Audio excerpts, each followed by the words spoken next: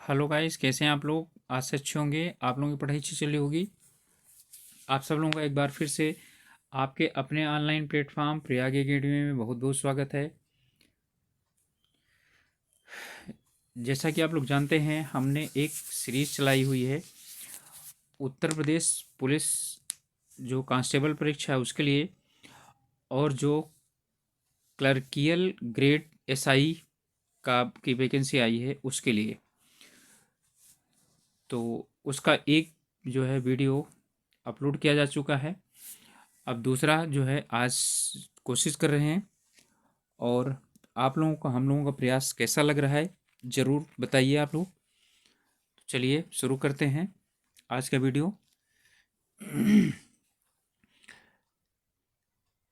इसमें पहला प्रश्न है, लिपि चिन्हों के क्रमबद्ध समूह को क्या कहते हैं।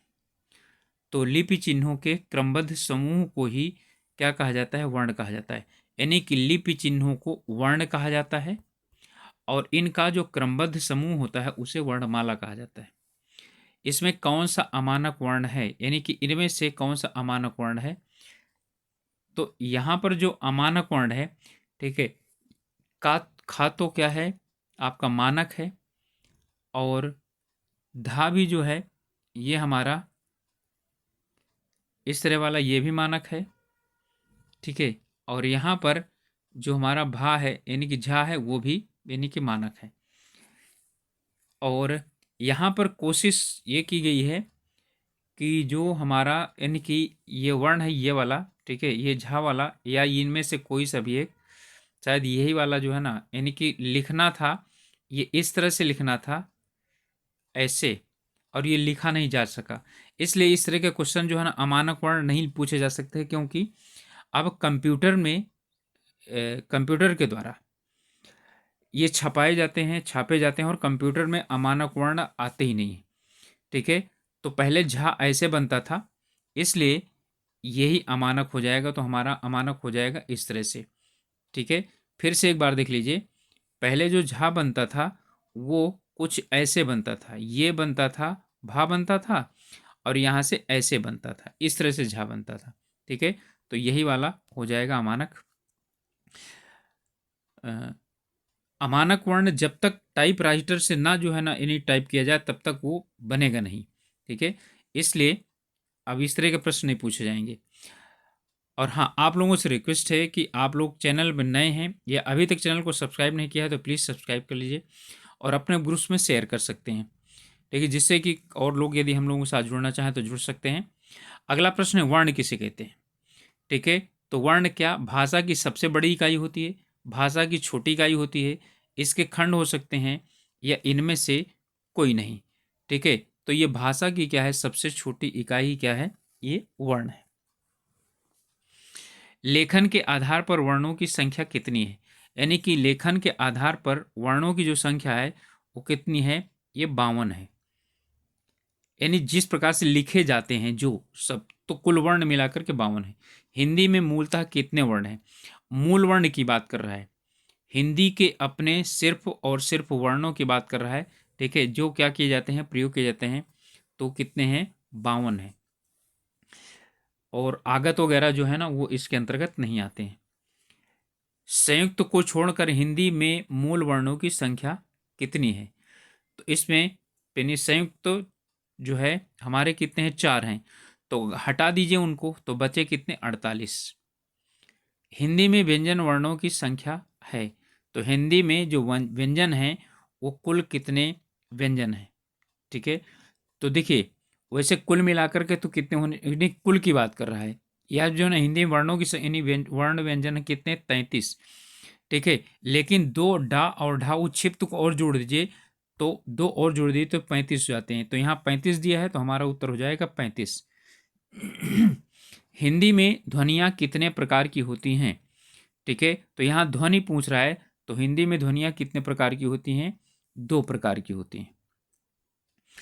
इसके बाद है स्वर कहते हैं, तो स्वर किसे कहते हैं, जिसका उच्चारण लघु और गुरु में होता है, जिसका उच्चारण बिना अवरोध अथवा बिना विघ्न बाधा के होता है, वैसे यही होना चाहिए।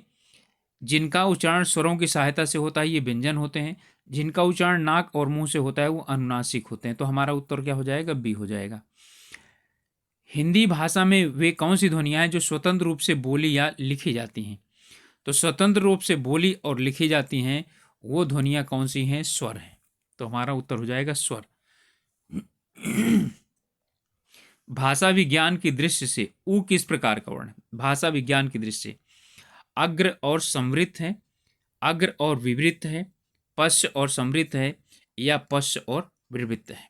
ठीक है, देखिए ऊ, जो ऊ है, ठीक है, तो आवृत, समृद्ध और विवृत इसकी बात कर रहा है। तो यहाँ पर ये जो ऊ है वो समृद्ध के अंतर्गत आएगा, और ये बोला कहाँ से जाता है? जो है अग्र स्वर है। ई और ऊ जो है वो जिह्वा के पहले भाग से बोले जाते हैं, इसलिए अग्र है। और समृद्ध है तो क्या हो जाएगा? अग्र समृद्ध हो गया। इसके बाद है ए स्वर का प्रकार क्या है? ए स्वर ह्रस्व स्वर है, दीर्घ स्वर है, मूल स्वर है, संयुक्त स्वर है। तो आप जानते हैं क्या है? ये संयुक्त स्वर है। ये आ और ई से मिलकर के बना हुआ है, इसलिए संयुक्त स्वर हो जाएगा।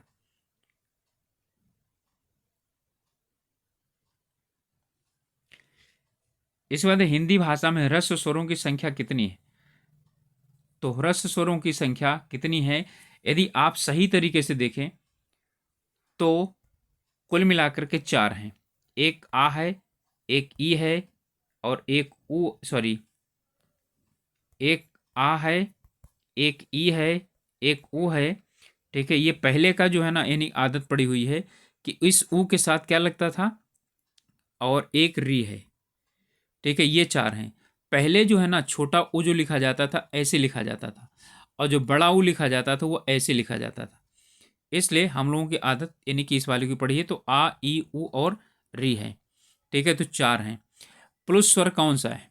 ठीक है, तो प्लुस स्वर इनमें कौन सा है? तो प्लुस स्वर का मतलब है जिसमें उच्चारण में 3 गुना समय लगता है, उसे क्या बोला जाता है? प्लुस स्वर बोला जाता है। ठीक है, तो यहाँ पर सही तरीके से इसमें लिखा नहीं जा सका है, लेकिन यह है ओम। ठीक है, यहाँ पर ये यूं लिखा जाना है, तो ओम इसी में होगा। तो यानी कि ये इसी के साथ ओ के ही साथ बोला जाता है, तो इसके 3 गुना हो जाता है उच्चारण में।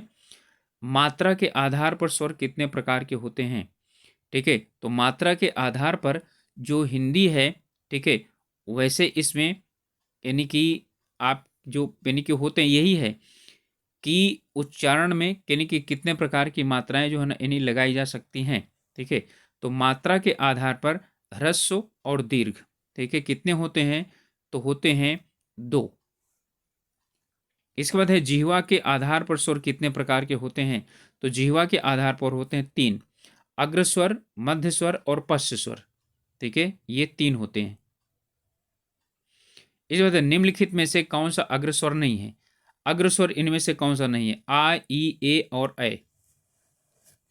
तो इनमें से अग्रस्वर कौन सा नहीं है? आ, ये मध्य स्वर है। इन हिंदी में स्वरों के कितने प्रकार हैं? तो हिंदी में स्वर कितने प्रकार के होते हैं? 1 प्रकार, 2 प्रकार, 3 प्रकार या 4 प्रकार के? ठीक है, तो कितने प्रकार के होते हैं? 3 प्रकार के। हिंदी में अन और आहा क्या हैं? तो अन और आहा क्या हैं? ये अयोगवाह है। किशोरीलाल वाजपेयी जी इसको, ठीक है, अयोगवाह नाम दिए हैं। इसके बाद है जिसने उच्चारण में दीर्घ स्वर से भी अधिक समय लगता है उसे क्या कहा जाता है? उसे कहा जाता है प्लुत स्वर। प्लुत स्वर हिंदी में प्रयोग नहीं किया जाता है। ठीक है, इसलिए मात्रा के आधार पर 2 ही माने जाते हैं, 3 नहीं माने जाते हैं। इनमें से कौन सा स्वर नहीं है? आ, उ, ए और या, ये जो है ना स्वर नहीं है, ये व्यंजन है। उच्चारण के समय जीभ की स्थिति के अनुसार स्वरों के कितने भेद होते हैं? जीभ की स्थिति के अनुसार 2, 3, 5 और 7। तो कितने होते हैं? 3, यानी कि जिह्वा के आधार पर अग्र, पश्च और मध्य। भिन्न भिन्न स्वरों के मेल से जो स्वर उत्पन्न होता है उसे क्या कहा जाता है? संयुक्त स्वर, दीर्घ स्वर, संधि स्वर या मूल स्वर? तो इनमें उसे कहा जाता है संयुक्त स्वर। भिन्न भिन्न की बात कर रहा है, समान होता तो जो है ना दीर्घ स्वर हो जाता वो। और वैसे दीर्घ स्वर और संयुक्त स्वर दोनों मिलाकर क्या बनते हैं, संधि स्वर बनाते हैं। इस बात है स्वर किसका भेद है, संधि का, समास का, वर्ण का या लिंग का। तो संधि का भेद नहीं है, वो स्वर संधि है, वर्ण का भेद है। स्वर और व्यंजन। इसके बाद है किस शब्द में री स्वर नहीं है। ठीक है, इसमें कृपा है, यहाँ कृष्ण है, दृष्टि है और रिवाज है। ये वाला री की बात कर रहा है। ठीक है, तो इसमें री कहाँ पर नहीं है, तो इसमें नहीं है। अयोगवाह कहा जाता है महाप्राण को, संयुक्त व्यंजन को, अनुस्वर एवं विसर्ग को, यानी कि अन और आहा को महाप्राण कहा जाता है। ए तथा अय वर्ण क्या कहलाते हैं, ए और अय क्या कहलाते हैं। देखिए ए और अय का, ए का जो निर्माण हुआ है वो आ और ई से हुआ है। आ जो है ना ये कंठ है और ये है तालव्य। तो इसका मतलब क्या चीज़ हो गया, ये हो जाएंगे कंठ तालव्य। तो हमारा हो जाएगा सी। दो जगह से बोले जाते हैं तो कंठ तालव्य हो जाएंगे। वे ध्वनियाँ जो स्वरों की सहायता से बिना उच्चारित नहीं हो सकती हैं उन्हें क्या कहा जाता है, उन्हें बोला जाता है व्यंजन। इनमें से कौन सा वर्ण अंतस्थ नहीं है, यानी अंतस्थ व्यंजन, या, रा, ला और वा जो है अंतस्थ व्यंजन है, हा जो है ये अंतस्थ व्यंजन नहीं है। उच्चारण के स्थान की दृष्टि से इनमें से कौन सा विकल्प क्या है, शुद्ध है। ठीक है, सा दंत है, ये सा मूर्धन्य है, ये सा तालव्य है। ठीक है, और ये चा कंठ है। ठीक है, देखिए चा कंठ नहीं होता, चा क्या होता है, तालव्य होता है। ये सा बदल दिया गया है, ये वाला जो सा होता है ना ये होता है तालव्य, और ये वाला जो सा होता है ये होता है मूर्धन्य। और हमारा सही ये है, ये जो सा होता है ये दंत स्वर होता है, यानी दंत सा होता है, इसे दंती सा बोलते हैं। इनमें से कौन सा कथन अशुद्ध है। हिंदी में ज्ञा का उच्चारण परंपरा से भिन्न हो गया है। ठीक है, यहाँ अशुद्ध की बात कर रहा है, ये बिल्कुल सही है। ठीक है, इसे हम क्या करते हैं, ये बोलते हैं ज्ञा। ठीक है, ऐसे बोलते हैं, जबकि ज्या है ये। दो महाप्राण व्यंजनों का उच्चारण एक साथ हो सकता है। यहाँ देखिए कह रहा है दो महाप्राण व्यंजनों का उच्चारण एक साथ हो सकता है। ठीक है, ये बिल्कुल गलत है। ठीक है, ये बिल्कुल गलत है, यही वाला हमारा उत्तर हो जाएगा। विसर्ग कंठ है, बिल्कुल है, क्योंकि आहा तो कंठ है। छा जो है वो संयुक्त व्यंजन है, ये भी सही है। देखिए दो महाप्राण व्यंजन एक साथ नहीं बोले जाते, यानी उनका द्वित नहीं होता। जैसे ये है कि हम, यानी कि कहीं पर है, ये हम लिखते हैं झज्झर। ठीक है, इस तरह से। ठीक है, या हम लिखते हैं जो ये आधा खा और पूरा खा। ठीक है, या आधा घा और पूरा घा, ये हम कभी नहीं लिखते हैं। ठीक है, इनकी जगह क्या हो जाता है, आधा का हो जाता है, इसकी जगह आधा गा हो जाता है। जैसे घग्घर है। ठीक है, तो घग्घर लिखा हुआ है ना, तो ये वाला जो यानी कि घा है ये क्या हो जाएगा, गा हो जाता है। ठीक है, तो ये वाला जो है ये गा हो जाता है, तो हम क्या लिखते हैं, घग्घर। और जैसे अभी मैंने बताया झज्झर, तो उसे हम झज्झर लिखते हैं ऐसे। ठीक है, तो अब समझ में आ गया होगा आप लोगों को कि ये जो है यानी कि कभी भी दो महाप्राण व्यंजन एक साथ नहीं लिखे जाते हैं, अर्थात उनका द्वित नहीं होता है, लेकिन अल्प प्राण का हो जाता है। जैसे पक्का, दिल्ली, पिल्ली, ये हो जाता है। निम्नलिखित में से कौन सा क्या है, सही है। अनुस्वर पूर्ण अनुनासिक ध्वनि है। अनुस्वर जो है वो पूर्ण अनुनासिक ध्वनि है, और वर्ग का पंचमाक्षर अनुनासिक होता है, तो ये बिल्कुल सही है। अनुनासिक के उच्चारण के दौरान नाक से बहुत कम सांस निकलती है और मुंह से अधिक सांस निकलती है। तो इसमें जो हमारा सही है वो क्या है, अनुस्वार पूर्ण अनुनासिक है, बिल्कुल। अनुनासिक में नाक से भी और मुंह से बराबर सांस निकलती है। ठीक है, तो हमारा क्या हो जाएगा सही, सी सही हो जाएगा, यानी 1 और 2 सही है। ठीक है, ये गलत है। इसके बाद है दांत और जीभ के स्पर्श से बोले जाने वाले वर्ण को क्या कहते हैं, दांत और जीभ से यानी दांत और जीभ। दांत से जब क्या होता है, जिह्वा क्या करती है, ठीक है, स्पर्श करती है, ठीक है, तो उन्हें क्या बोला जाता है, उन्हें बोला जाता है दंत, ठीक है। इसके बाद है, इनमें कह रहा है कि इन ध्वनियों में से निर्दिष्ट विशेषताओं में कौन सा अशुद्ध है। इनमें से कौन सा अशुद्ध है, चा, तालव्य और महाप्राण है, ठीक है। तो चा वर्ग तालव्य तो होता है, बिल्कुल सही है। इस वजह से तावर्ग अल्प प्राण और दंत, ये भी क्या है, यानी कि दंत है, ये भी सही है। माँ ओष्ठ है, ये भी सही है। और खा कंठ है, ये भी सही है। अब हमें यहाँ पर निकालना है कि इसमें अशुद्ध बताना है, ठीक है। अब चा क्या चीज़ है, महाप्राण है। तो क्या पहला वाला क्या चीज़ होता है, महाप्राण होता है क्या? तो पहला वाला महाप्राण नहीं होता, दूसरा और चौथा महाप्राण होता है। तो हमारा यही गलत है, ठीक है। ता अल्प प्राण है, बिल्कुल सही है। माँ जो है वो सघोष है, और क्या चीज़ है, ओष्ठ है। और खा दूसरा है, तो महाप्राण हो जाएगा और कंठ हो जाएगा। तो हमारा गलत ये। तो चा तालव्य है, लेकिन महाप्राण न होकर के अल्प प्राण है। इस बात उच्चारण की दिशा संबल ध्वनि का कौन सा वर्गीकरण है, ठीक है। तो ये है संपृक्त ध्वनि। यहाँ पर आधा माँ और बा है, ठीक है। लेकिन यदि यही हो जाता दो, जैसे जो है ना यहाँ पर, यानी कि यही आधा बा हो जाता, ठीक है, सब्बल हो जाता, तो क्या हो जाती, युग्मक ध्वनि हो जाती, ठीक है, या द्वित्व ध्वनि हो जाती। तो युग्मक और द्वित्व एक ही बात है। सवर्ण कहाँ पर प्रयोग किया जाता है? सवर्ण केवल हिंदी में आता है, अवधी में आता है, संस्कृत के शब्दों में आता है, संकर में आता है। तो ये किस में आता है? संस्कृत। यानी कि सा जहाँ पर भी आएगा ना, वो तत्सम शब्द होगा, इतना याद रख लीजिए। इस बात है, ना वर्ण का उच्चारण स्थान कहाँ है? तो ता था दा था ना, ठीक है। तो ना का क्या चीज होता है? ये ना दंत है, और नासिका से बोला जाता है, तो क्या हो जाएगा? दंत नासिका हो जाएगा। चा छा जा झा या का उच्चारण कहाँ से होता है? तो का कंठ है, और इसका तालु, तो ये क्या है? तालव्य है। इस बात है, प्रत्येक वर्ग का दूसरा और चौथा वर्ण क्या कहलाता है? तो अभी ऊपर बताया मैंने, क्या होते हैं ये? महाप्राण होते हैं। और पहला, तीसरा और पांचवा अल्प प्राण होता है। इसके बाद है, चा वर्ग का उच्चारण मुंह के किस भाग से होता है? तो चा वर्ग का जो उच्चारण होता है, तो मुंह के किस भाग से होता है? अभी ऊपर इसका यानी आया है, तो किससे होता है? तालु से होता है, यानी तालव्य। इन वर्गों में से कौन सा पंचमाक्षर है?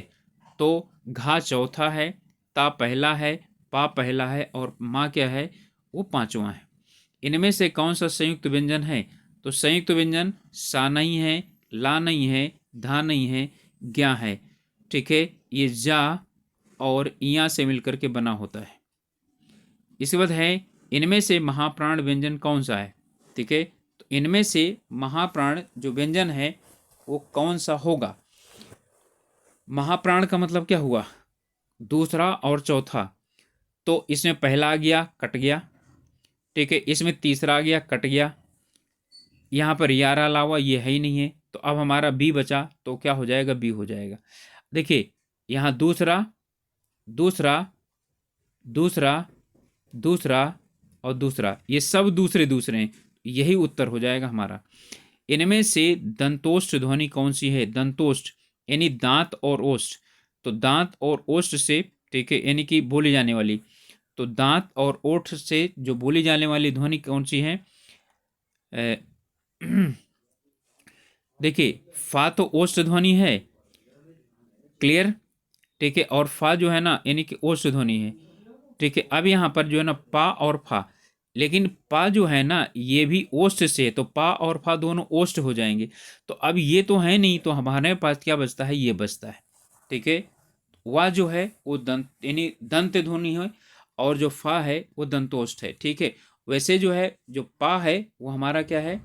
ध्यान दीजिएगा, यहाँ ये अलग लिखा हुआ है, वा दंतोष्ठ है, यानी निचला ओंठ निचले ओंठों को स्पर्श करता है। और जो फा है ना, ये फा, तो ये जो फा है ये फारसी भाषा का आगत है, ठीक है। तो ये भी दंतोष्ठ है, ठीक है। तो यही उत्तर हमारा हो जाएगा।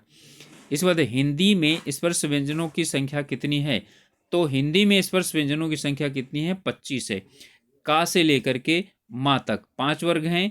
कष्टप यानी का वर्ग, चा वर्ग, टा वर्ग, ता वर्ग और 5 पा वर्ग, 1 2 3 4 5, और हर एक में 5 हैं, तो 5 में आप 5 से गुणा कर दीजिए, कितना आएगा?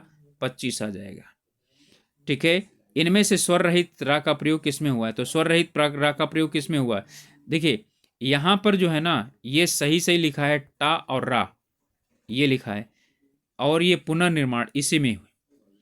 ठीक है, और यहाँ त्राटक है, यहाँ है ता और रा। ठीक है, और यहाँ है सा और ता और रा और उ, शत्रु। यानी कि कुल मिलाकर जब ये प्रश्न पूछे ना कि स्वर रहित रा, तो जहां ऊपर रा लगा हो वही स्वर रहित होता है।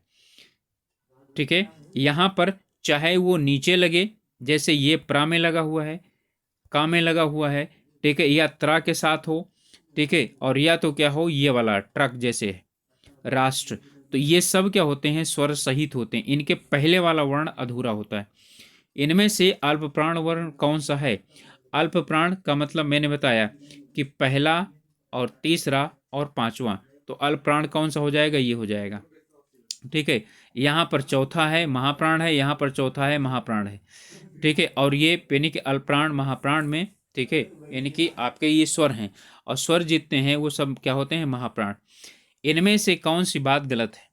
घा, सघोष, महाप्राण और दंत है। ठीक है, ता था दा धा ना, ठीक है, तो धा क्या है? बिल्कुल दंत है, और ये क्या है? सघोष और ओष्ठ है, तो पा फा बा ओष्ठ है। फिर है चा जो है तालव्य है, बिल्कुल सही है, और खा जो है ये कंठ है। इनके अनुसार तो ये सब क्या है? सही है। ठीक है, अब आप यानी कि महाप्राण और अल्प प्राण से ले सकते हैं।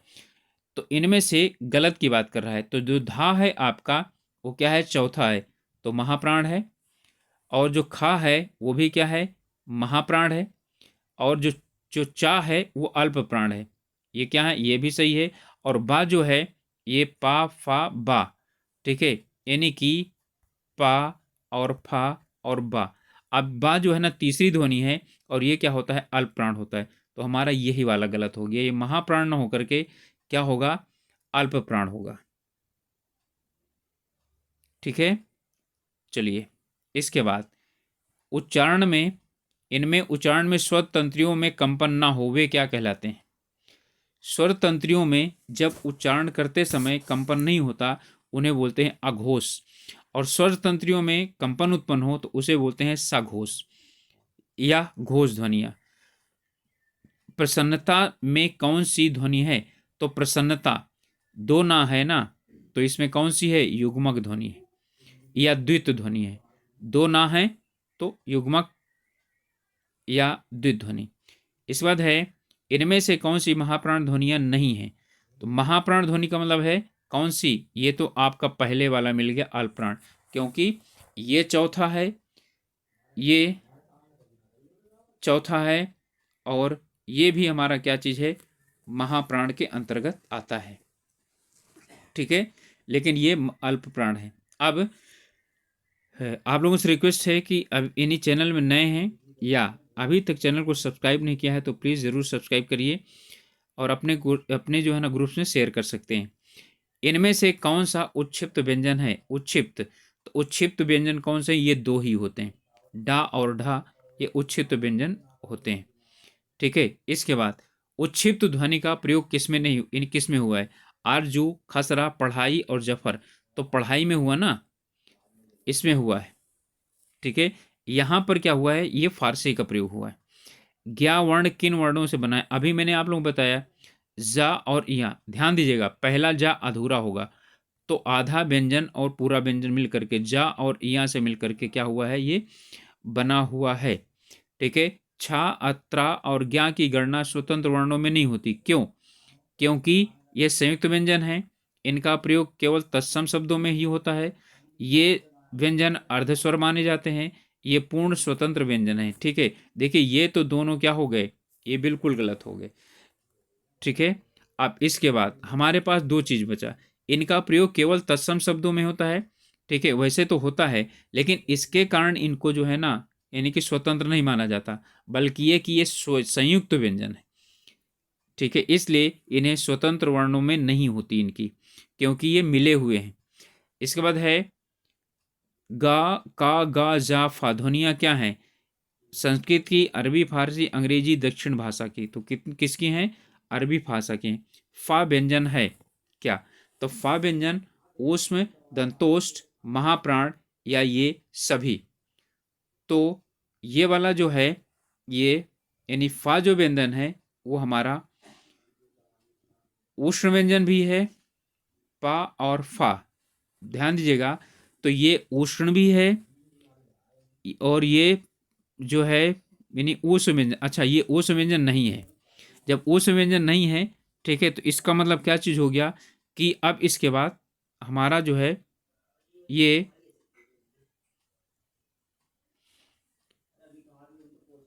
ओके, ठीक है, ये फा की बात कर रहा है।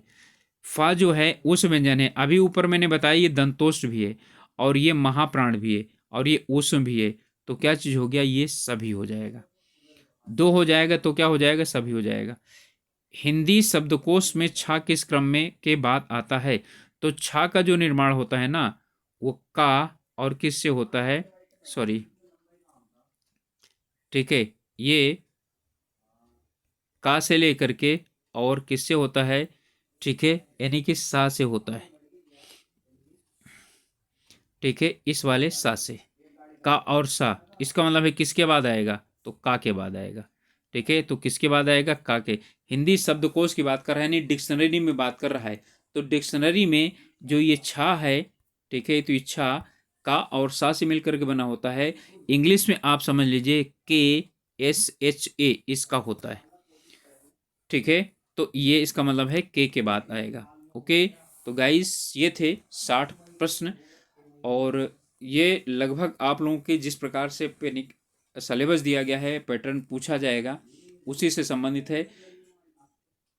मिलेंगे अगले वीडियो में, तब तक के लिए आप लोगों से रिक्वेस्ट है कि चैनल को सब्सक्राइब नहीं किए हैं तो प्लीज़ सब्सक्राइब कर लीजिए और अपने स्वास्थ्य का ध्यान रखिए। और एग्ज़ाम बहुत जल्दी होने वाला है, इसलिए अपनी पढ़ाई अच्छी तरह से जारी रखिए। ओके, मिलते हैं। All the best.